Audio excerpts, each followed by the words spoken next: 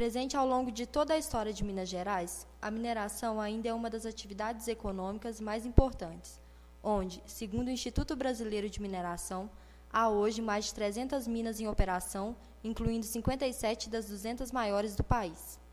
Minas Gerais ficou famoso devido ao ciclo do ouro, que teve início no século XVII, quando os bandeirantes encontraram as primeiras jazidas. As principais cidades auríferas dessa época foram Congonhas, Mariana, Ouro Preto, Sabará, São João del Rei, Tiradentes e Diamantina, esta última conhecida pela extração de diamantes. Hoje, essas cidades históricas, conhecidas pela riqueza deixada pelo ouro, transmitem a Minas Gerais um acervo artístico e arquitetônico amplamente valorizados. Atualmente, as atividades econômicas dessas cidades giram em torno do turismo, agregados à culinária mineira, também deixada como riqueza pelos escravos, bandeirantes, portugueses e outros estrangeiros que participaram do período da extração do ouro. Contudo, esse período de extração do ouro deixou nas paisagens mineiras não somente lembranças na vida dos ex-escravos e senhores de engenho, mas a degradação do solo e a destruição das paisagens. A mineração, por mais que seja altamente lucrativa e importante para a economia mineira, levanta diversas questões socioambientais e econômicas que devem ser discutidas, como o tempo de vida de uma jazida de minério de ferro dura em média de 20 a 30 anos. E afinal desse período, o que acontecerá com as cidades que abrigaram essas grandes mineradoras por tanto tempo? Bem, ficará uma lembrança amarga para os nativos, já que a fatia preciosa pertence a chineses ou japoneses. E os pedaços danificados do pós-mineração é a parte que cabe aos nativos.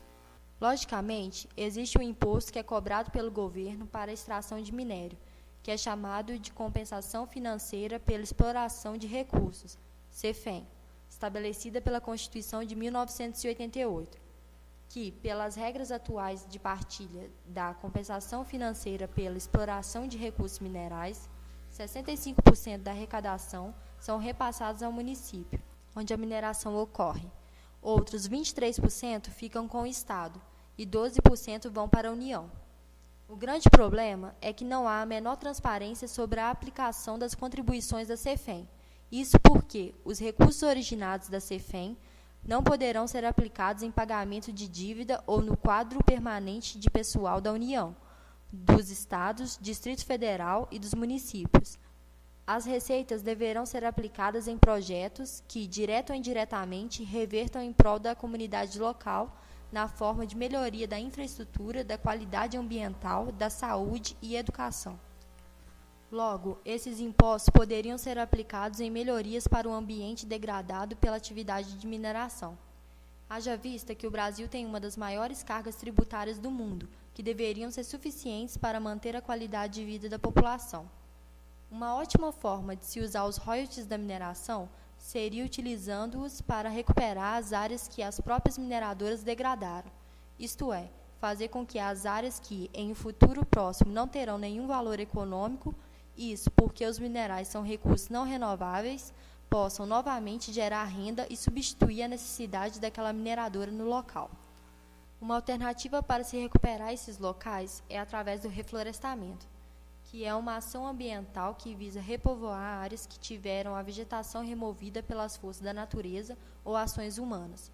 O reflorestamento das áreas degradadas pela mineração pode ocorrer de diversas formas, como dividindo uma área degradada em vários pedaços menores e com eles fazer projetos para o melhoramento tanto da vida da população quanto das condições ambientais da fauna e da flora. Com o nosso projeto, estipulamos a divisão em 3 áreas distintas, o que pode ser aplicado em regiões de grande, médio ou pequeno porte, sendo que, ao final, obteremos uma área totalmente reflorestada.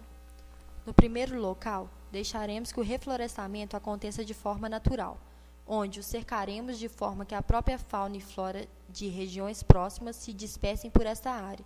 É o meio mais barato, porém o mais demorado. Portanto, deve ser feito em locais onde a degradação ocorreu, mas ainda existe resquício de preservação em local próximo. A segunda área pode ser feita com reflorestamento artificial por árvores que gerem renda para a população próxima. Isto pode ser feito, por exemplo, com árvores de interesse para a indústria de móveis, desenvolvendo a região e favorecendo o abrandamento dos custos sociais gerados pela mineração. Esta proposta tem um custo inicial médio, contudo, resultará em uma renda posterior, tornando a região ideal para um projeto de curto e médio prazo. Em uma terceira região, pode ser feito o reflorestamento com árvores, preferencialmente frutíferas, que servirão como chamariz para que a fauna original seja restaurada, além de poder gerar uma segunda fonte de renda para a região, com a venda de frutas, enriquecendo a alimentação da população local e, dependendo do tamanho da área, podendo gerar lucro aos administradores locais que repassarão isso à população. Logo, essa ação pode ser considerada um investimento de médio e longo prazo, visto que, além de produzir benefícios regionais, ajudará a flora natural a se recuperar nas outras áreas, tanto por meio de plantio de mudas, como de polinização e semeio natural feito pela fauna que retornará. Com isso, o projeto se torna viável e sustentável, sendo que o custo inicial seria apenas para a segunda área. As outras gerariam uma renda para repor os investimentos iniciais e ajudariam na recuperação mais rápida do ambiente, sendo que, ao final de tudo, todas as áreas serão restabelecidas. A população pode obter renda dessa região, inicialmente por meio da venda da madeira e dos móveis, posteriormente pela venda das frutas, sucos e quitandas feitas com elas, e finalmente com a implantação de indústrias de entretenimento, seja com a implantação de parques ecológicos, áreas de camping, arvorismo ou ainda por meio de incentivos locais à indústria de turismo de aventura com abertura de trilhas nas áreas reflorestadas.